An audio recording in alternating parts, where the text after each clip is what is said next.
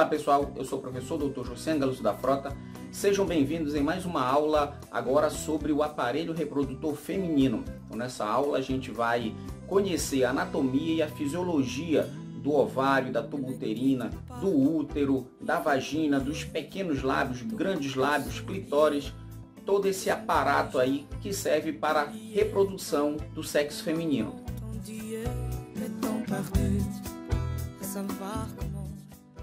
Antes de iniciarmos, não esqueça de se inscrever no canal, clicar no sininho aí para ativar as notificações. Toda semana tem vídeo novo. E se você gostar, no final dê aquele joinha, dê aquele like. Não esqueça também de compartilhar esse vídeo com seus colegas, para quem está estudando aí para os vestibulares, para o Enem, até mesmo para fazer uma prova bimestral. Esse vídeo aí vai lhe ajudar bastante. Então vamos conhecer aí os órgãos sexuais femininos. Então esse conjunto de órgãos também ele é chamado de sistema reprodutor feminino, que é composto por órgãos externos e órgãos internos. Os órgãos internos, eles começam ali pelo ovário. Então as mulheres apresentam 2 ovários, 2 tubas uterinas, também chamadas de trompo de falópio, e as duas elas começam ali no útero, e do útero tem a vagina. Então esses são os órgãos internos. Já os órgãos externos, ele é formado pelos grandes lábios, pequenos lábios, o clitóris, e a gente segue ali também na abertura da vagina, onde fica localizado o ímen. E todo esse conjunto de estruturas é chamado de pudendo feminino. E também existe um nome mais antigo, que é chamado de vulva. Tanto os grandes lábios como os pequenos lábios, eles têm uma função muito grande, muito importante, que é em fechar, proteger ali a abertura da vagina, proteger todos os órgãos reprodutores. Então essa é a principal função dos grandes lábios e dos pequenos lábios. Em cima dos pequenos lábios se forma também um órgão que apresenta muitas terminações nervosas, muito sensível. Esse órgão é o clitóris, um órgão extremamente utilizado aí na obtenção do orgasmo. Na abertura vaginal, a gente não pode esquecer ainda que existe o ímen, que muitas vezes é formado por uma leve película que se rompe ali na primeira, na segunda relação sexual. E a gente não pode esquecer que existem vários tipos de ímen. Existe o ímen complacente, o ímen septado, o ímen bilabiado, o ímen franjado. Então essa estrutura que parece muitas vezes uma membrana que pode crescer aí na borda da abertura vaginal. Existe ainda na parte inferior ali dos pequenos lábios as glândulas de Bartolin. Essas glândulas elas vão produzir muco. Então com o estímulo sexual necessário, como por exemplo um beijo, carícias, ela vai produzir ali muco, que dependendo da pessoa vai produzir muito muco ou pouco muco, preparando assim o órgão reprodutor para a cópula, para a relação sexual. Em relação aos órgãos internos, o ovário.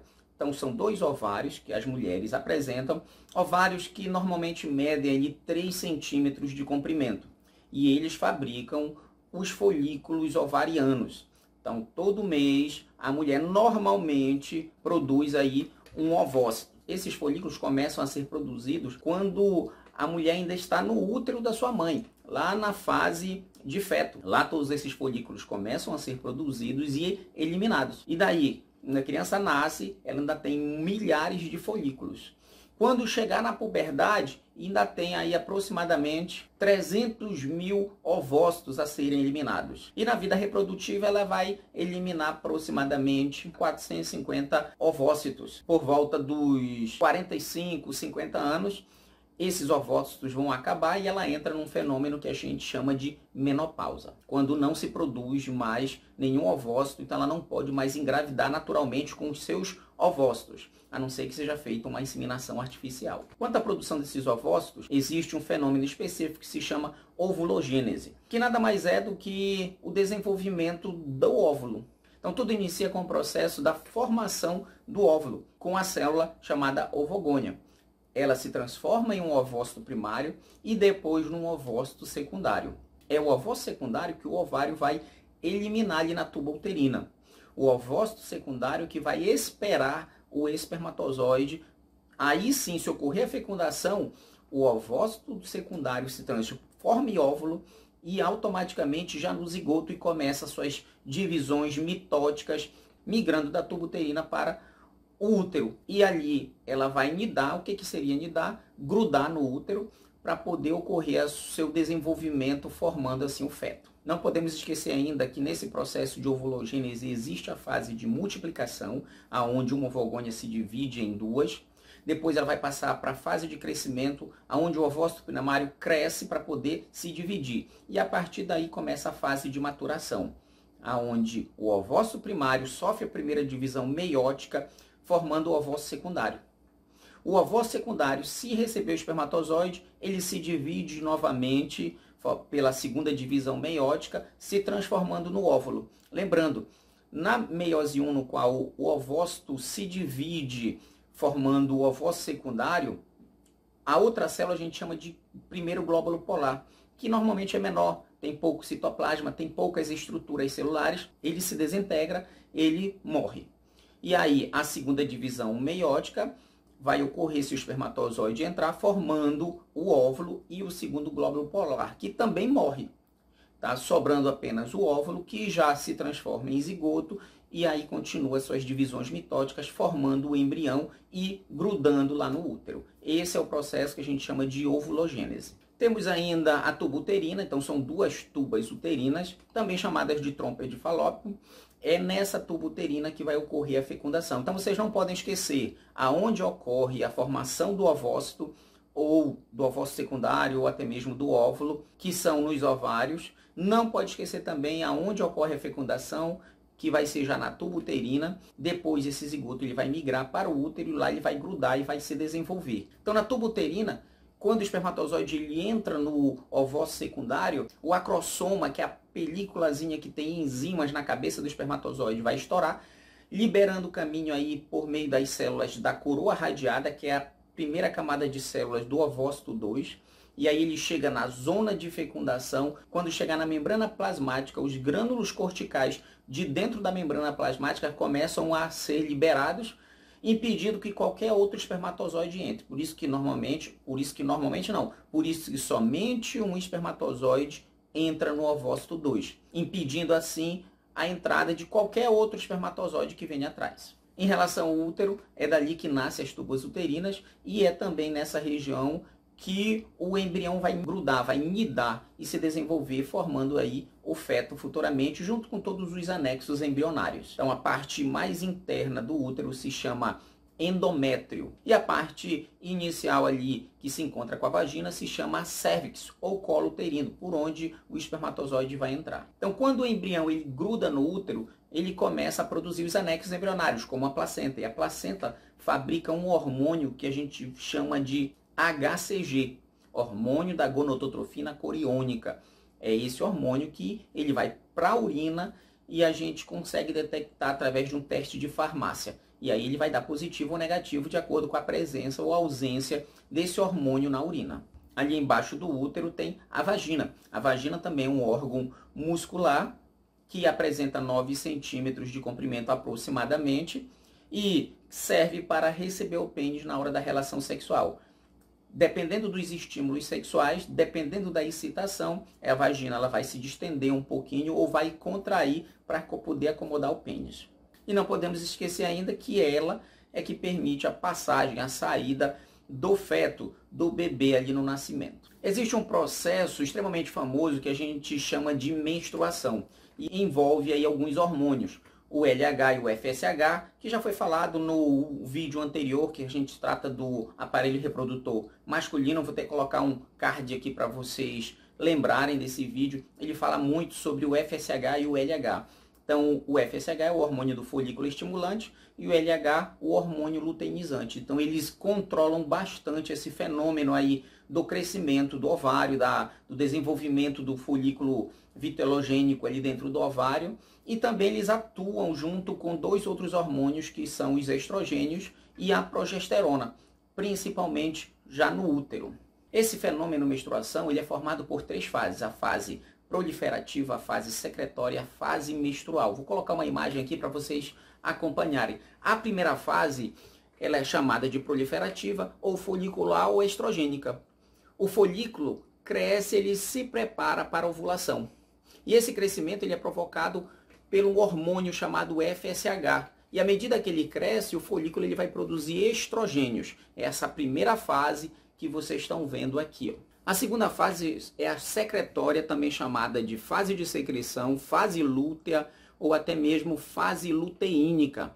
Então, sobre a ação do LH, o folículo rompido ele vai se transformar numa glândula, o corpo amarelo, ou chamado de corpo lúteo, que secreta estrogênios e progesterona. Então, é a fase intermediária, aonde há um estímulo muito grande de LH vai fazer com que a ovulação ocorra. Então, normalmente ocorre no 14º dia, na metade do ciclo menstrual. A terceira fase a gente chama de fase menstrual. O útero ele vai esperar pelo embrião. Se não ocorrer, o corpo lúteo ele se transforma em uma cicatriz, deixando de produzir dois hormônios, a progesterona e os estrogênios, provocando assim a menstruação. E essa descamação nada mais é do que a eliminação de sangue, eliminação de tecidos do útero. E aí o primeiro dia após cessar a menstruação é o primeiro dia do ciclo menstrual e aí tudo reinicia. A primeira menstruação, que começa por volta dos 12 anos, podendo ser um pouquinho mais cedo, existem meninas que podem menstruar por volta dos 9 anos e até mesmo por volta dos 13, 14 anos. Em média, elas menstruam aí por volta dos 11 anos. E essa primeira menstruação, ela recebe um nome, ela se chama menarca. E quando os folículos ovarianos, quando os ovócitos acabarem no ovário, cessa esse período, esse fenômeno chamado menstruação, e a gente chama isso de menopausa. Em relação ao período fértil, a gente não pode esquecer que o espermatozoide ele pode sobreviver até 72 horas e o óvulo de 24 a 36 horas. Então vou colocar aqui para vocês um calendário para que vocês entendam esse período fértil. Lembrando que esse ciclo menstrual que eu estou explicando normalmente é o considerado médio, em que tem aproximadamente 28 dias. Então o período fértil ele está no meio do ciclo menstrual, ali aonde o óvulo vai sair devido àquele hormônio LH que vai induzir a saída dele do ovário. Então vamos fazer de conta que o primeiro dia de menstruação ocorreu aqui no dia 1º. Então normalmente a menstruação vai ocorrer por 5 dias. Então a gente conta aí 14 dias, porque é a metade do número de dias em relação ao ciclo menstrual, que é de 28 dias. Então se a menstruação iniciou dia 1º, no 14º dia o óvulo vai sair. Então significa que o espermatozoide ele pode fecundar esse óvulo se ele chegar 3 dias antes, então dia 11, 12, 13 é considerado período fértil, e até 36 horas depois que o óvulo pode ficar esperando o espermatozoide. Então vai para o dia 15 e o dia 6. Então período fértil, aonde uma relação sexual sem preservativos pode resultar em uma gravidez, vai ser do dia 11 até o dia 16. Após esse período, a gente chama de período não fértil, período estéril, onde é muito mais difícil engravidar. E o último dia, que vai ser o 28, sendo que dia 29 a mulher pode menstruar novamente. Então, como é que a gente faz para saber? Então, a mulher ela tem que contar os dias certinho. Normalmente, elas apresentam 28 dias, mas tem mulher que menstrua bem antes. Tem mulheres que apresentam aí um ciclo menstrual de aproximadamente 21 dias, 24 dias, e existem aquelas que têm até de 33, 36 dias. Então a melhor forma é você contar. Conte aí durante 3 meses, quando foi o dia que você começou a menstruar, tá? E divide ali pela quantidade de meses. Por exemplo, por 3, tá? Se você contou durante 3 meses aproximadamente, que aí você vai ter um dia mediano ali. Esse número que você vai obter é a média do número de dias do seu ciclo menstrual. Então, pessoal, antes da gente finalizar, se você não é inscrito no canal, se inscreva. Se você está gostando dessa explicação, dê aquele joinha, compartilhe com os colegas. Tá? Isso vai estar permitindo aí que novas pessoas aprendam sobre esse tema, saibam ali discutir sobre esse assunto. E aí, para a gente finalizar, tem o exame chamado PCCU, ou Preventivo do Câncer do Colo Uterino, ou até mesmo o Papa Nicolau, que foi o pesquisador que descobriu essa técnica. Tá? Então, um exame que normalmente as mulheres têm que fazer uma vez por ano. Tá? Se deu negativo, normalmente se faz a cada 3 anos. Então, quem deve fazer? As mulheres a partir dos 25 anos, ou até mesmo aquelas que já iniciaram a sua vida sexual e já menstruaram pela primeira vez. Então, deve ser feito sempre entre o 10º e o 20º dia do primeiro dia da menstruação. Não ter tido relação sexual durante as últimas 72 horas. O ginecologista ele vai introduzir uma estrutura que a gente chama de bico de pato, e dali fazer a coleta de algumas amostras no cérvix uterino para poder analisar, ver se tem o câncer de colo uterino. Então essas são as informações básicas relacionadas aos órgãos sexuais femininos, ao sistema reprodutor feminino. Então, de forma geral, era isso que eu queria passar para vocês. Espero que vocês tenham gostado e a gente se vê aí numa próxima aula. Valeu, pessoal. Abraço.